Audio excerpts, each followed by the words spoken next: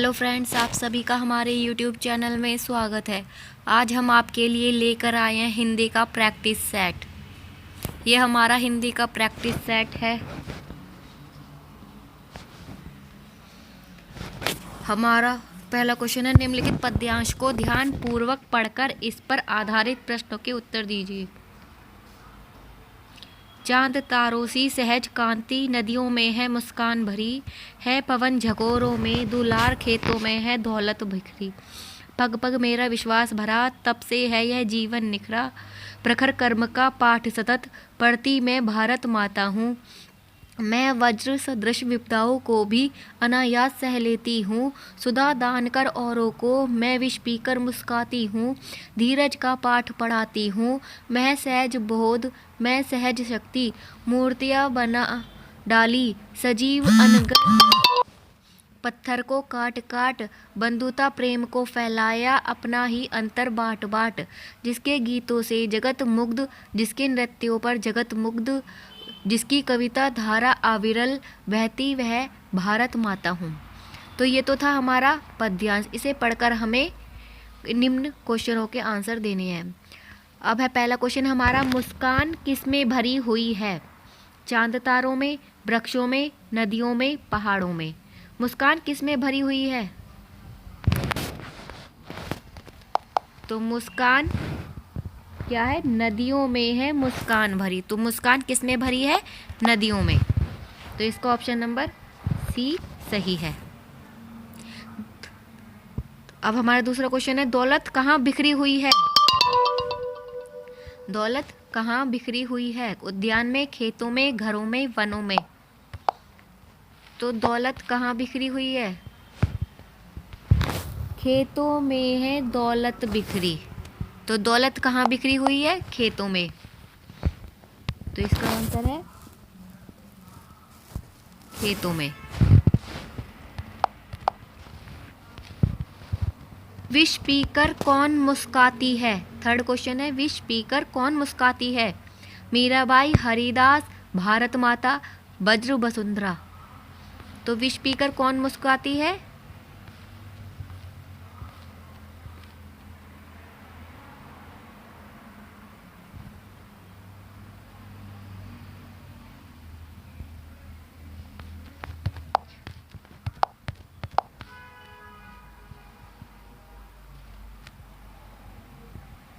देखिए, पढ़ती मैं भारत माता हूँ, मैं वज्र सदृश विपदाओं को भी अनायास सह लेती हूँ, सुधा दान कर औरों को मैं विष पीकर मुस्काती हूँ।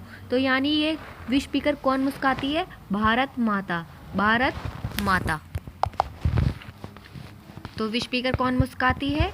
भारत माता। अनगढ़ पत्थर को काट काट कर क्या बनाया गया है? सजीव मूर्तियाँ, खिलौने, हथियार, बर्तन। अनगढ़ पत्थरों को काट काट कर क्या बनाया गया है? ये रहा, मूर्तियां बना डाली सजीव अनगढ़ पत्थर को काट काट। यानी क्या बना डाली? मूर्तियां। क्या है इसका आंसर? ऑप्शन नंबर ए, सजीव मूर्तियां। निम्नलिखित में अविरल का क्या अर्थ है? धीरे धीरे चलना, निरंतर बहना, उड़ना, ठहरना। अविरल का अर्थ बताना है। जिसकी कविता धारा अविरल बहती, वह भारत माता हूँ। तो अविरल का क्या अर्थ है? बहना। बहती कह रहा है ना वो, तो निरंतर बहना। चांद तारों सी सहज कांति में अलंकार है, अनुप्रास, श्लेष, उपमा, उत्प्रेक्षा। तो इसमें कौन सा अलंकार है? उपमा। निम्नलिखित गद्यांश को ध्यान पूर्वक पढ़कर इस पर आधारित प्रश्नों के उत्तर दीजिए।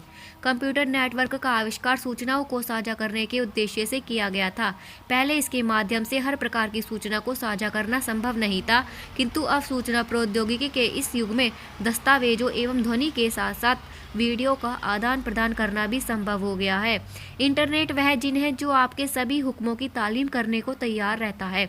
विदेश जाने के लिए हवाई जहाज का टिकट बुक कराना हो, किसी पर्यटन स्थल पर स्थित होटल का कोई कमरा बुक कराना हो, किसी किताब का ऑर्डर देना हो, अपने व्यापार को बढ़ाने के लिए विज्ञापन देना हो, अपने मित्रों से ऑनलाइन चैटिंग करनी हो, डॉक्टरों से स्वास्थ्य संबंधी सलाह लेनी हो या वकीलों से कानूनी सलाह लेनी हो तो इंटरनेट हर मर्ज की दवा है। इंटरनेट ने सरकार, व्यापार और शिक्षा को नए अवसर दिए हैं। सरकारें अपने प्रशासनिक कार्यों के संचालन, विभिन्न कर प्रणाली प्रबंधन और सूचनाओं के प्रसारण जैसे अनेकानेक कार्यों के लिए इंटरनेट का उपयोग करती है। कुछ वर्ष पहले तक इंटरनेट व्यापार और वाणिज्य में प्रभावी नहीं था, लेकिन आज सभी तरह के विपणन और व्यापारिक लेनदेन इसके जरिए संभव है। इंटरनेट पर आज पत्र पत्रिकाएं प्रकाशित हो रही हैं, रेडियो के चैनल उपलब्ध हैं और टेलीविजन के लगभग सभी चैनल भी मौजूद हैं। इंटरनेट के माध्यम से आज शैक्षणिक पाठ्यक्रमों का संचालन किया जा सकता है। विश्व के एक छोर से दूसरे छोर पर स्थित पुस्तकालय से जुड़कर किसी विषय का विशेष ज्ञान प्राप्त किया जा सकता है। इंटरनेट के कई लाभ हैं तो इसकी कई खामियां भी हैं। इसके माध्यम से दृश्यों तक बच्चों की पहुंच आसान हो गई है। कई लोग इंटरनेट का प्रयोग अश्लील साइटों को देखने और सूचनाओं को चुराकर उनका दुरुपयोग करने में करते हैं। इससे साइबर अपराधों में वृद्धि हुई है। इंटरनेट से जुड़ते समय वायरसों द्वारा सुरक्षित फाइलों के नष्ट या संक्रमित होने का खतरा भी बना रहता है। इन वायरसों से बचने के लिए एंटीवायरस सॉफ्टवेयर का प्रयोग करना आवश्यक होता है। इस सब के अतिरिक्त बहुत सारे लोग इस पर अनावश्यक और गलत आंकड़े एवं तथ्य भी प्रकाशित करते रहते हैं। अतः इस पर उपलब्ध सभी आंकड़ों एवं तथ्यों को हमेशा प्रमाणिक नहीं माना जा सकता। इनके इस्तेमाल के वक्त हमें काफ़ी सावधानी बरतने की जरूरत पड़ती है। इस तरह इंटरनेट यदि ज्ञान का सागर है तो इसमें कूड़े कचरों की भी कमी नहीं है। यदि इसका सही इस्तेमाल करना आ जाए तो इस सागर से ज्ञान व प्रगति के मोती हासिल होंगे और यदि गलत इस्तेमाल किया जाए तो कूड़ा कचरा के अलावा कुछ भी हाथ नहीं लगेगा। इंटरनेट पर उपलब्ध ज्ञान के सागर एवं इस माध्यम का सही ढंग से समुचित उपयोग मनुष्य की तरक्की में अहम भूमिका निभाएगा। अतः आने वाली पीढ़ी को इसका यह सही इस्तेमाल सिखाना अति आवश्यक है, वरना यह बच्चों के हाथ में धारदार तलवार साबित होगा। तो ये तो था हमारा पैसेज। अब हम इसके आंसर ढूंढते हैं। इंटरनेट से संभावित होने वाले किस कार्य की चर्चा इस गद्यांश में नहीं की गई है? अश्लील साइटों को देखना, सूचनाओं को चुराना, साइबर अपराध, एंटीवायरस सॉफ्टवेयर का विकास। तो इसमें किसकी बात नहीं की गई है? एंटीवायरस सॉफ्टवेयर का विकास। क्वेश्चन नंबर 8, फाइलों के नष्ट या संक्रमित होने का खतरा कब होता है? इंटरनेट से जुड़ते समय, अश्लील साइट देखते समय, सूचनाओं को चुराते समय, सूचनाओं का दुरुपयोग करते समय। तो इसको ऑप्शन नंबर ए, इंटरनेट से जुड़ते समय। क्वेश्चन नंबर 9, मनुष्य की तरक्की में अहम भूमिका कौन निभाएगा? इंटरनेट पर उपलब्ध ज्ञान का सागर, इंटरनेट पर का समुचित उपयोग, इंटरनेट पर उपलब्ध ज्ञान का सागर एवं इस माध्यम का सही ढंग से समुचित उपयोग। तो तरक्की में कौन अहम भूमिका निभाएगा? इंटरनेट पर उपलब्ध ज्ञान का सागर एवं इस माध्यम का सही ढंग से समुचित उपयोग। क्वेश्चन नंबर 10, इंटरनेट है एक जिन माध्यम सूचना प्रौद्योगिकी सूचना। तो इंटरनेट क्या है? एक माध्यम है।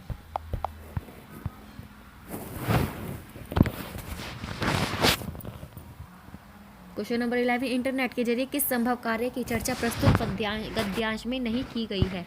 पत्र पत्रिकाओं का प्रकाशन, वकीलों से कानूनी सलाह, खेलों का सीधा प्रसारण, शैक्षणिक पाठ्यक्रम का संचालन।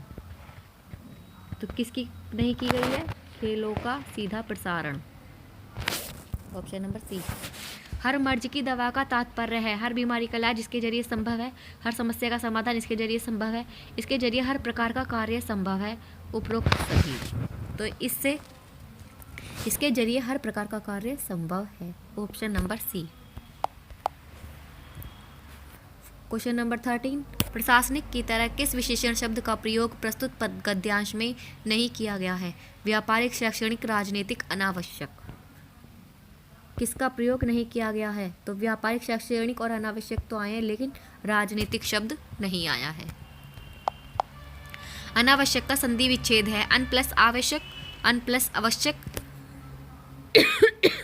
अना प्लस आवश्यक, अन प्लस आवश्यक। तो अनावश्यक की संधि विच्छेद है अन प्लस आवश्यक।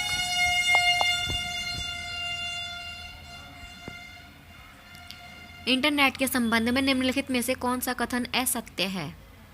इंटरनेट से हानि संभव है, इंटरनेट से एक नहीं अनेकों लाभ संभव है, इंटरनेट का असावधानी से प्रयोग भी हानिकारक नहीं, इंटरनेट हर प्रकार के लोगों के लिए लाभदायक है। तो इसमें कौन सा कथन असत्य है? इंटरनेट का असावधानी से प्रयोग भी हानिकारक नहीं। अगर इंटरनेट का हम असावधानी से प्रयोग करेंगे तो वो तो हानिकारक होगा ही। अब ये हमारी पेडागोजी आ गई। क्वेश्चन नंबर 16, भाषा अर्जन और भाषा अधिगम के संबंधार्व में कौन सा कथन सही नहीं है? सांस्कृतिक विभिन्नता भाषा अर्जन और भाषा अधिगम को प्रभावित करने वाला महत्वपूर्ण कारक है। हमें कथन सही नहीं है वो बताना है। भाषा अर्जन में विभिन्न संकल्पनाएं मातृभाषा में बनती हैं। भाषा अधिगम में कभी भी अनुवाद का सहारा नहीं लिया जाता। भाषा अर्जन सहज और स्वाभाविक होता है जबकि भाषा अधिगम प्रयासपूर्ण होता है। तो हमें कौन सा कथन सही नहीं है वो बताना है, और वो है हमारा ऑप्शन नंबर सी, भाषा अधिगम में कभी भी अनुवाद का सहारा नहीं लिया जाता है। अब नेक्स्ट क्वेश्चन है, श्रव्य दृश्य साधनों के प्रयोग का तर्काधार इस तथ्य पर आधारित है कि, तो इसके ऑप्शन है, इससे अध्यापन अधिगम प्रक्रिया सुगम हो जाती है, इससे अधिगम स्थूल हो जाता है, इसमें हमारी दोनों इंद्रियां सक्रिय हैं, यह मात्र किसी चीज़ को करने का दूसरा तरीका है। तो इसका आंसर है ऑप्शन नंबर सी, इसमें हमारी दोनों इंद्रियां सक्रिय होती हैं दृश्य श्रव्य साधनों में।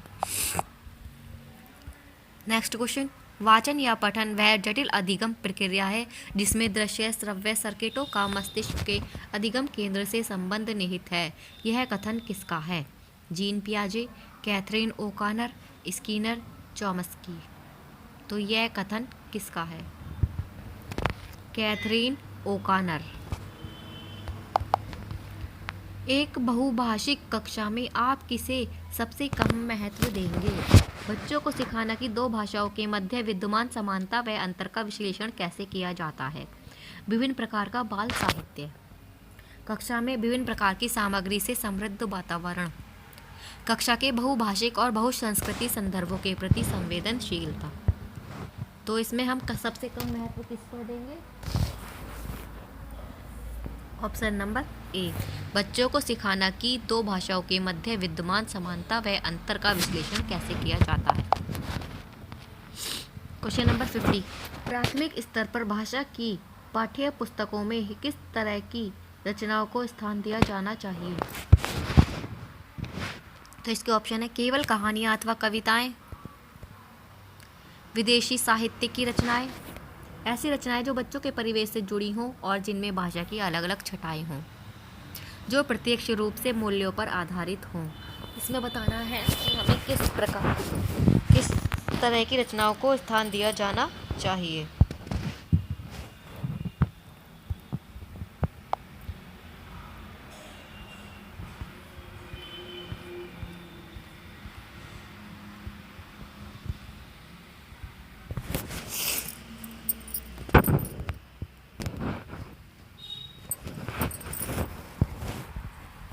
तो इसका आंसर है ऑप्शन नंबर सी, ऐसी रचनाएं जो बच्चों के परिवेश से जुड़ी हों और जिनमें भाषा की अलग अलग छटाई हों।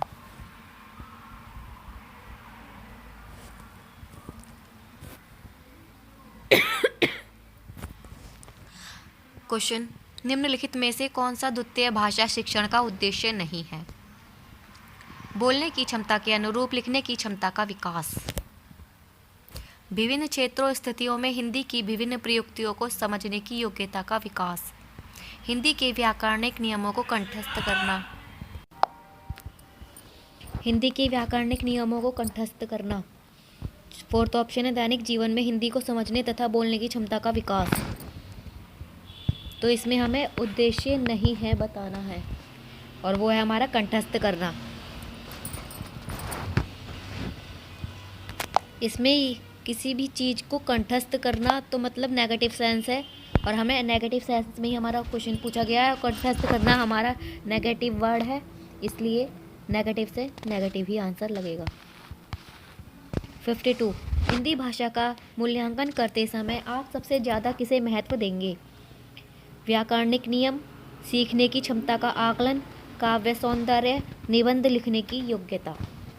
मूल्यांकन करते समय आप सबसे ज़्यादा किसे महत्व देंगे? सीखने की क्षमता का आकलन।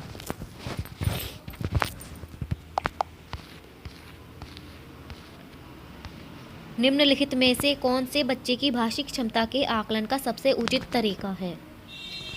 संज्ञा शब्दों के 2 उदाहरण दीजिए।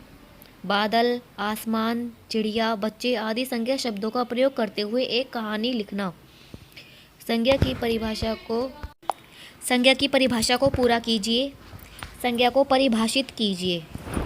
तो कौन सा भाषिक क्षमता के आकलन का सबसे अच्छा तरीका है जिसमें बच्चा क्रियाशील रहे?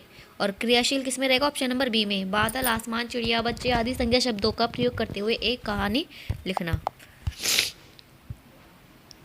नेक्स्ट क्वेश्चन, बच्चों की मौखिक अभिव्यक्ति का विकास करने के लिए सबसे कम प्रभावी तरीका कौन सा है? संवाद, अदायगी, व्याकरण आधारित संरचना अभ्यास, अपने अनुभवों का वर्णन, बातचीत करना। मौखिक अभिव्यक्ति का विकास करने के लिए सबसे कम प्रभावी तरीका बताना है, वो है हमारा ऑप्शन नंबर बी, व्याकरण आधारित संरचना अभ्यास। क्वेश्चन नंबर 55,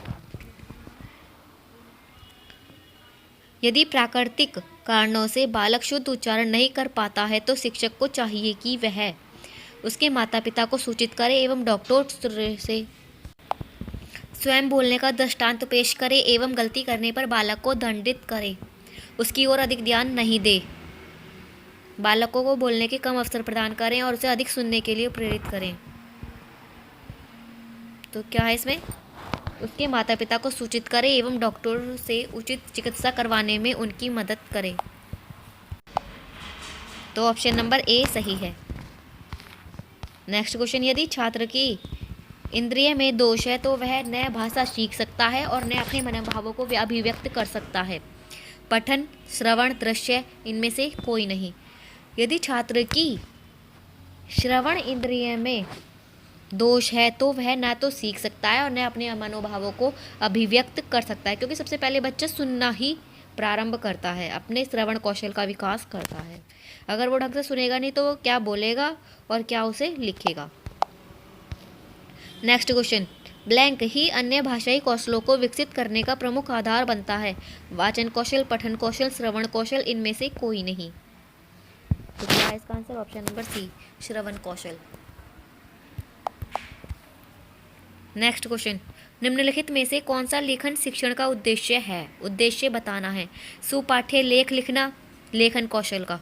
सोचने एवं निरीक्षण करने के उपरांत भावों को क्रमबद्ध रूप में व्यक्त करना, शब्दों की शुद्ध वर्तनी लिखना, उपरोक्त सभी।